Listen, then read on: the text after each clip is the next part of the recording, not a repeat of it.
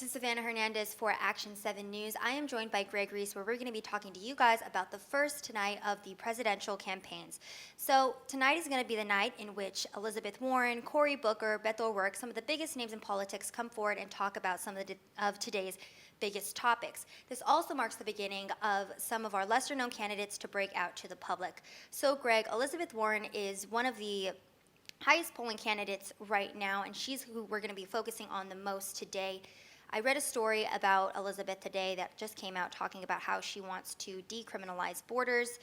What other issues do you think are going to be at the forefront of tonight's debates that our other candidates are going to have to speak about? Well, when you look at the list of the 10 candidates tonight, it really does. The only people on there that seem like they're going to survive this are Beto O'Rourke and Elizabeth Warren. You know, if the world wasn't clown world, then Tulsi Gabbard, seems like a very reasonable candidate, but we're not in the reasonable world anymore. So Elizabeth Warren and Beto O'Rourke both seem to stand for the same things, but Elizabeth Warren is leading, I think mostly because the progressive movement likes her. She's establishment, she's a woman, and it seems like she is definitely running with the establishment platform of open borders, especially the new thing about decriminalizing the borders. If you look at her website, she claims to want to end Washington corruption, which just means get rid of Trump and restore the establishment. She wants to rebuild the middle class, but that really just means, sort of stronger unions, raising minimum wage, stuff like that. So, I mean, to me, it just seems like she's just one of the establishment puppets out there to take on Trump. Right, and not only that, but of course immigration is at the forefront of this. Elizabeth Warren just came out with that statement that she wants to decriminalize anyone crossing the border. She actually told the Washington Post earlier this month that she would seek to repeal criminal penalties for people apprehended while crossing the border. And Julian Castro, who's actually going to be speaking tonight as well, called for the repeal of Section 1325, which is the law that makes illegal entry a federal misdemeanor, and he called for that back in April. Not only that, but have you seen those pictures that have been circulating around of that migrant father and young child who have washed up on the shores of the border? Yeah, and this is a repeat of what we saw in Europe.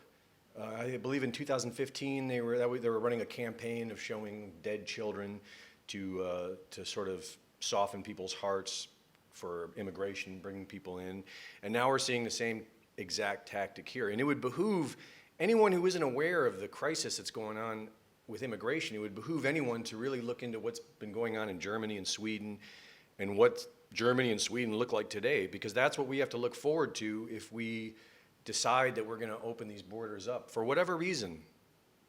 And it's a dangerous game. It's probably the most dangerous game we've ever faced. And Beto O'Rourke definitely has jumped on this train of trying to use people's emotions when it comes to these immigrant families. He came forward today and said that Trump is responsible for these migrant deaths. Of course, he immediately pinned Trump for everything that's going on at the border. And we even spoke to a couple people yesterday when we first got here and we asked about this issue. We were talking about those timestamp photos that were cropped out from the Obama era that people are still trying to blame on Trump.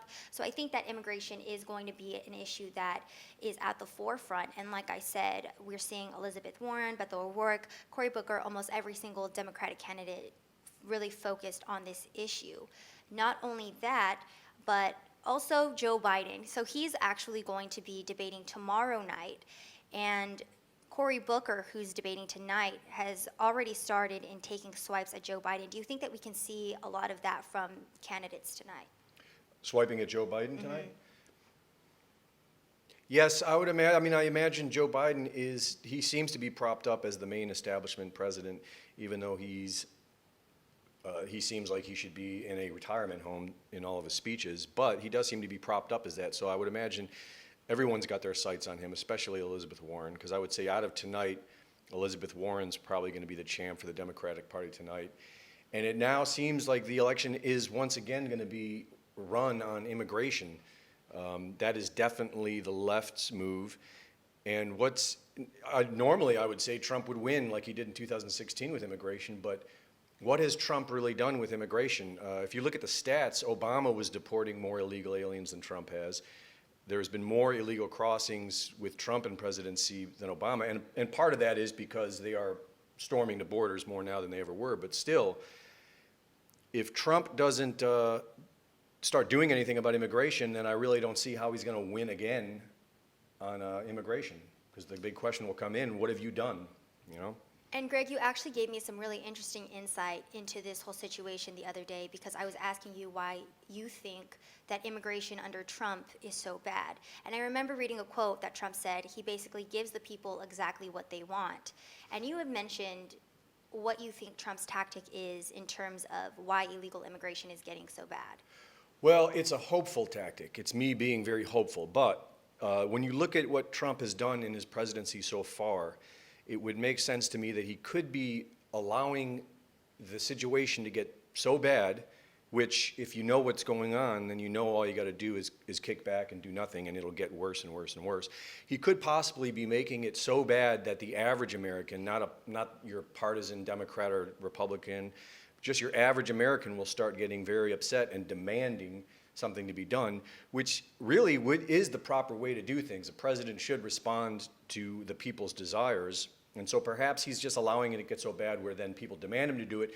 And then the good thing about that would be then when he acts upon it, no one can call him out for doing anything other than responding to the demands of the American people. Right, and we have seen Democrats try to say that there is no crisis at the border, and now they're completely changing their tune, and the American people are really seeing what's going on. Not only that, but the cancellation of student loan debt is also at the forefront of these debates, as well as climate change. I think we've seen those two things. I'm really interested in the former, the cancellation of student loan debt. This is a big thing that Elizabeth Warren has taken on. Do you think that this is something that's going to help or hurt her in tonight's debates? I think that argument's going to help any of these Democratic candidates.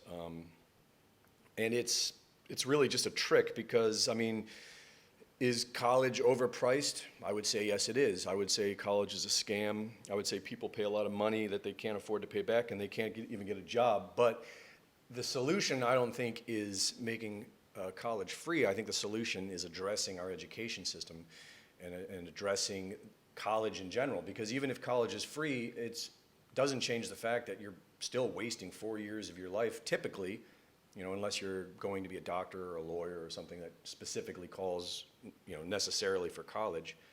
But I imagine for the Democrats, yes, open borders is going to help all these candidates. Free stuff's going to help them all. And that's what they're running on. All right, and as we're looking to, like I said, Elizabeth Warren is going to be the big person to look out for, too. You also mentioned Tulsi Gabbard. She's one of the people that a lot of right-wingers are looking at. Why is that? Well, I'm pretty in the middle, and I would say that if it wasn't, before the Trump era, if we were running against some establishment Republican, which is typical for our entire lifetimes before Trump, then I'd be looking at Tulsi Gabbard, too. I mean, I like Tulsi Gabbard. I like what she says.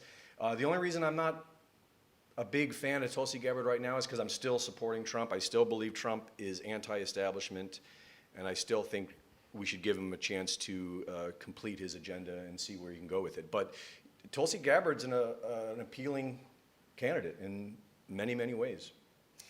Well, folks, we have a wide range of candidates to choose from tonight, and we will be keeping you updated on polls and what the average American person thinks of every single candidate. We'll be giving you guys live on-the-ground coverage from later on tonight. And again, you can tune into Infowars.com/show for this Clown World coverage, which is going to be taking place from 7 to 11 p.m. Central Time later tonight. And please go and support us at InfoWarsStore.com so we can continue to give you guys these special reports.